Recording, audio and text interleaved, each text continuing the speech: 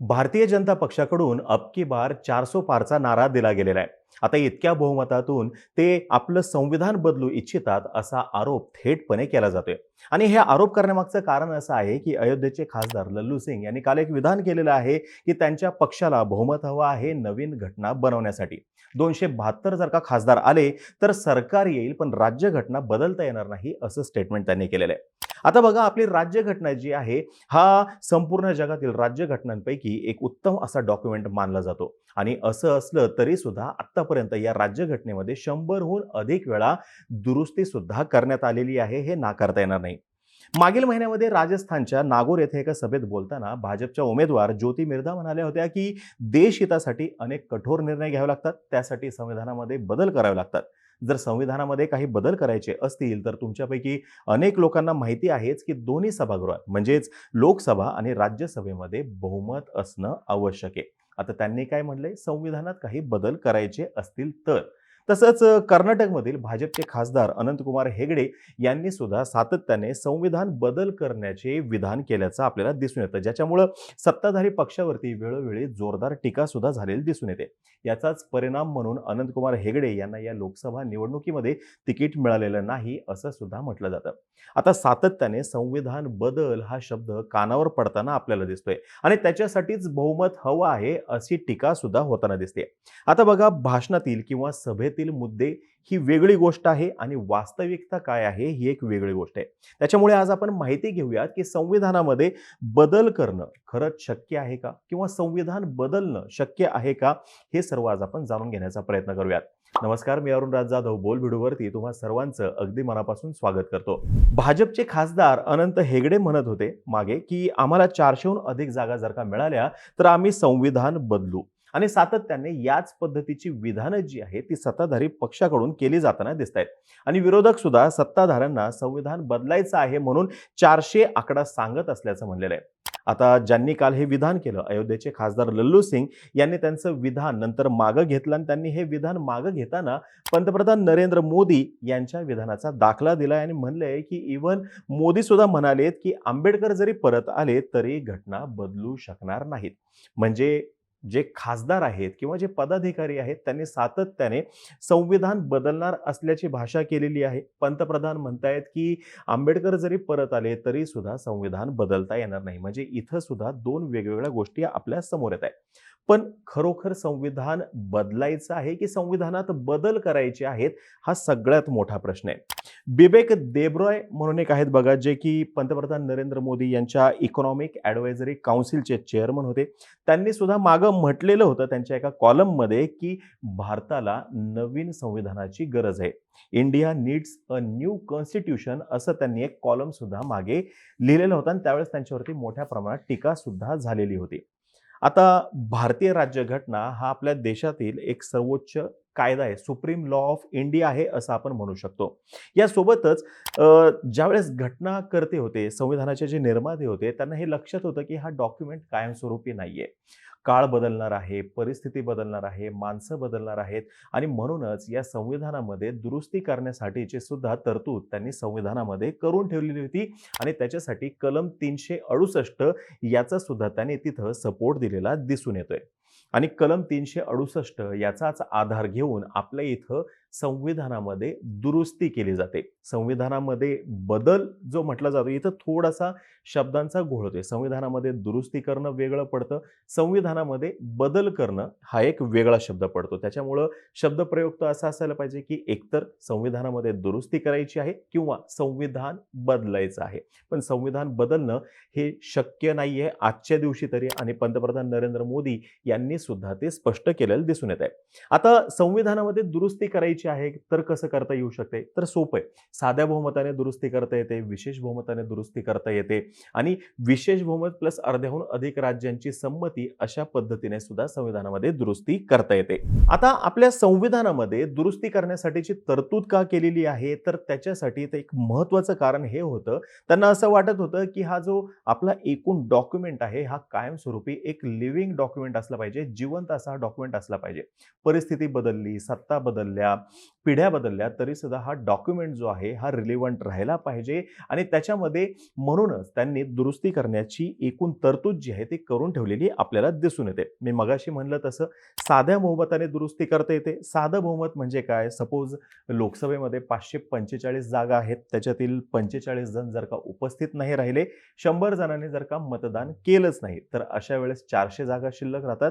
400 पैकी 201 म्हणजे साधं बहुमत आणि हे साधं बहुमत साधी विधेयकं जी असतात त्याच्यासाठी वापरलं जातं किंवा धन विधेयक जे आहे त्याच्यासाठी वापरलं जातं किंवा अविश्वास ठराव मंजूर जर का करायचा असेल तर त्याच्यासाठी सुद्धा साधं बहुमत कामात येऊ शकतं.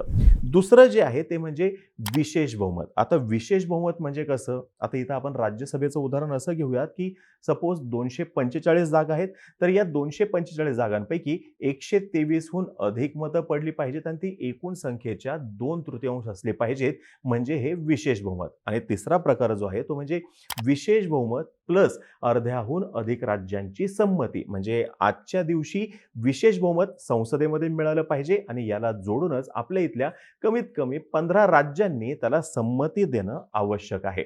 आता हे समजून घ्या, विशेष बहुमताने मूलभूत अधिकार आणि मार्गदर्शक तत्व जी आहेत त्याच्यामध्ये बदल करता येणं शक्य आहे, त्याच्यामध्ये दुरुस्ती करता येणं शक्य आहे. आणि जर का संघराज्य पद्धतीमध्ये बदल करायचे असतील, संघराज्य म्हणजे डिस्ट्रीब्युशन ऑफ पॉवर जे आहे, सत्तेचं जे विकेंद्रीकरण करण्यात आलेलं आहे त्याच्यामध्ये जर का बदल करायचे असतील तर अशा वेळेस विशेष बहुमत संसदेमध्ये आणि अर्ध्याहून अधिक राज्यांची संमती लागते. मग त्या राज्याने साध्या बहुमताने संमती दिली तरी सुद्धा चालते. फक्त किती काळामध्ये संमती द्यावी याचं कोणतंही बंधन त्यांच्यावरती नसतं. आता एक गोष्ट या ठिकाणी लक्षात घ्या, जर का संविधानामध्ये दुरुस्ती करायची असेल तर त्या संदर्भातलं विधेयक जे आहे हे संसदेतच मांडता येतं. विधानसभेमध्ये, विधान परिषदेमध्ये ते मांडता येत नाही. कोणीही केंद्रीय मंत्री किंवा खासदार या संदर्भातलं विधेयक जे आहे ते मांडू शकतात आणि असं जे विधेयक आहे हे दोन्ही सभागृहामध्ये म्हणजे लोकसभा आणि राज्यसभा या दोन्ही सभागृहामध्ये स्वतंत्रपणे मंजूर होणं गरजेचं आहे. जर का या ठिकाणी त्यांच्यामध्ये मतभेद निर्माण झाले, डेडलॉक जर का झाला तर संयुक्त बैठकीची कोणतीही तरतूद त्या ठिकाणी करण्यात आलेली नाही. म्हणजे काय, या ठिकाणी लोकसभेचं सुद्धा महत्त्व आहे आणि राज्यसभेचं सुद्धा महत्त्व आहे. भरपूर वेळा जर का साधं कोणतं जर का विधेयक असेल आणि या साध्या विधेयकासंदर्भात जर का राज्यसभा काही मुद्द्यांच्या बाबतीत अडून बसलेली असेल तर अशा वेळेस संयुक्त बैठक घेऊन राज्यसभा जी आहे त्याच्यावरती ओव्हरकम केलं जातं. पण जर का घटनेमध्ये बदल करायचा आहे, घटनेत जर का दुरुस्ती करायची आहे तर अशा वेळेस राज्यसभेने सुद्धा सेपरेटली त्या संदर्भातलं विधेयक जे आहे ते मंजूर करणं गरजेचं आहे. आणि मगाशी म्हणलं तसं सत्तेचं विकेंद्रीकरण जे आहे म्हणजे आपल्या इथली सूची जी आहे, सूचीमधले विषय जर का इकडे तिकडे करायचे असेल, इव्हन आपली राज्यघटना जी आहे कलम 368 जी आहे याच्यामध्ये जरी बदल करायचा असेल तरी सुद्धा त्याच्यासाठी अर्ध्याहून अधिक राज्यांची संमती असणं आवश्यक आहे. थोडक्यात काय, तर एकूणच जी घटनेमध्ये दुरुस्ती करण्याची प्रक्रिया आहे ही वाटते तितकी सोपी नाहीये, ती किचकट प्रक्रिया करून ठेवलेली आहे. आपल्या इथं ज्यावेळेस आपण संसदीय शासन पद्धती स्वीकारली तर संसदीय शासन पद्धती स्वीकारण्याचं महत्त्वाचं कारण हे होतं की पद्धती जी आहे ही अकाउंटेबल असली पाहिजे, ती आन्सरेबल असली पाहिजे, उत्तरदायी असली पाहिजे आणि याच्यासाठीच आपल्या इथं चेक अँड बॅलन्सची सिस्टीम करून ठेवलेली आहे. म्हणजे बघा, एक्झिक्युटिव्ह जे आहे ते त्यांच्या पद्धतीने काम करतात, ज्युडिशियरी जी आहे ती त्यांच्या पद्धतीने काम करतात आणि ते एकमेकावरती कुरघोडी न करता आपल्या इथली एकूण लोकशाही व्हायब्रंट कशी राहील आणि ती प्रत्येक शेवटच्या घटकापर्यंत कशी पोहोचल याच्यासाठी काम करताना दिसतात.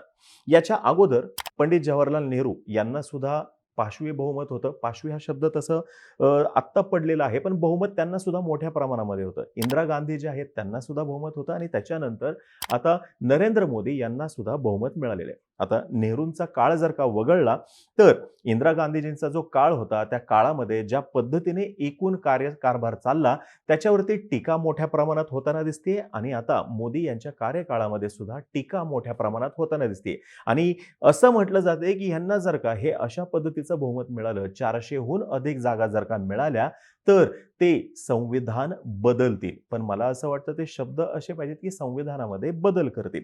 पण घटनेतच तरतूद आहे की तो डॉक्युमेंट हा लिव्हिंग डॉक्युमेंट असावा, तो व्हायब्रंट डॉक्युमेंट राहावा, म्हणून त्याच्यामध्ये बदल करण्याचे किंवा त्याच्यामध्ये दुरुस्ती करण्याच्या तरतुदी ज्या आहेत त्या करून ठेवलेल्या आपल्याला दिसून येतात.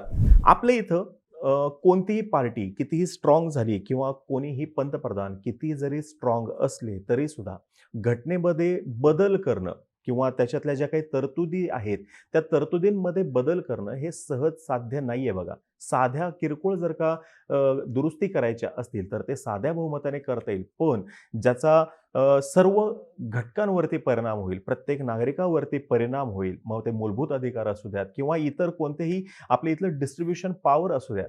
याच्यामध्ये जर का बदल व्हायचा असेल, तर त्याच्यासाठीची प्रक्रिया ही प्रचंड गुंतागुंतीची आहे आणि किचकट आहे. आणि ह्याच्यासाठीच करून ठेवलेलं आहे, की एक वेळ अशी येणारच आहे, की कधीतरी जाऊन कुठलातरी पक्ष जो आहे तो स्ट्राँग होणार आहे. अगोदर काँग्रेस स्ट्राँग होतं, आजच्या दिवशी भारतीय जनता पार्टी स्ट्राँग दिसतीये. अगोदरच्या काळामध्ये कोणीतरी पंतप्रधान स्ट्राँग होते, आजच्या दिवशी विद्यमान पंतप्रधान स्ट्राँग आहेत आणि ही भीती प्रत्येक वेळेस व्यक्त केली जाते, की ह्यांच्या हातामध्ये जर का सत्ता आली, ह्यांना इतकं बहुमत जर का मिळालं, तर असं काहीतरी होईल म्हणून. पण ही भीती दाखवली जाते. पण आजपर्यंत कुण्याही पंतप्रधानाने घटनेच्या चौकटीमध्ये राहूनच काम केलेलं दिसून येतंय. त्या चौकटीच्या बाहेर जाण्याचा कोणीही प्रयत्न केलेला आपल्याला दिसून येत नाहीये. एकूण आपल्या इथलं सरकार आणि न्यायव्यवस्था यांच्यामध्ये संघर्ष झालेला आहे. पण त्याच्यातून लोकशाही ही अधिक फुललेली आपल्याला दिसून येते आणि सगळ्यांनाच त्याचा फायदा झालेला सुद्धा दिसून येतोय. आता जर का राज्यघटनेमध्ये बदल करायचा आहे किंवा राज्यघटनेमध्ये जर का दुरुस्ती करायची आहे, तर त्याच्यासाठी संसद आहेच. फक्त अपेक्षा हीच असणार आहे सर्वांची, की बदल जे केले जातील किंवा जे करणार असतील ते सर्व समावेशक असायला हवेत. विविधतेचा पुरस्कार करणारा असावेत आणि हीच खरी आपली सामाजिक वीण आहे आणि ही सामाजिक वीण अधिकाधिक घट्ट कशी होईल त्याचाच त्यांनी तिथे उपयोग करून घेणं गरजेचं आहे, जेणेकरून आपली लोकशाही जी आहे ती अधिक सदृढ होईल. आता ही माहिती जर का तुम्हाला आवडली असेल, खाली कमेंट बॉक्समध्ये नक्की सांगा. तोपर्यंत आम्हा सर्वांचे व्हिडिओ जास्तीत जास्त लोकांपर्यंत पोहोचवा आणि चॅनलला सबस्क्राईब करायला विसरू नका. धन्यवाद.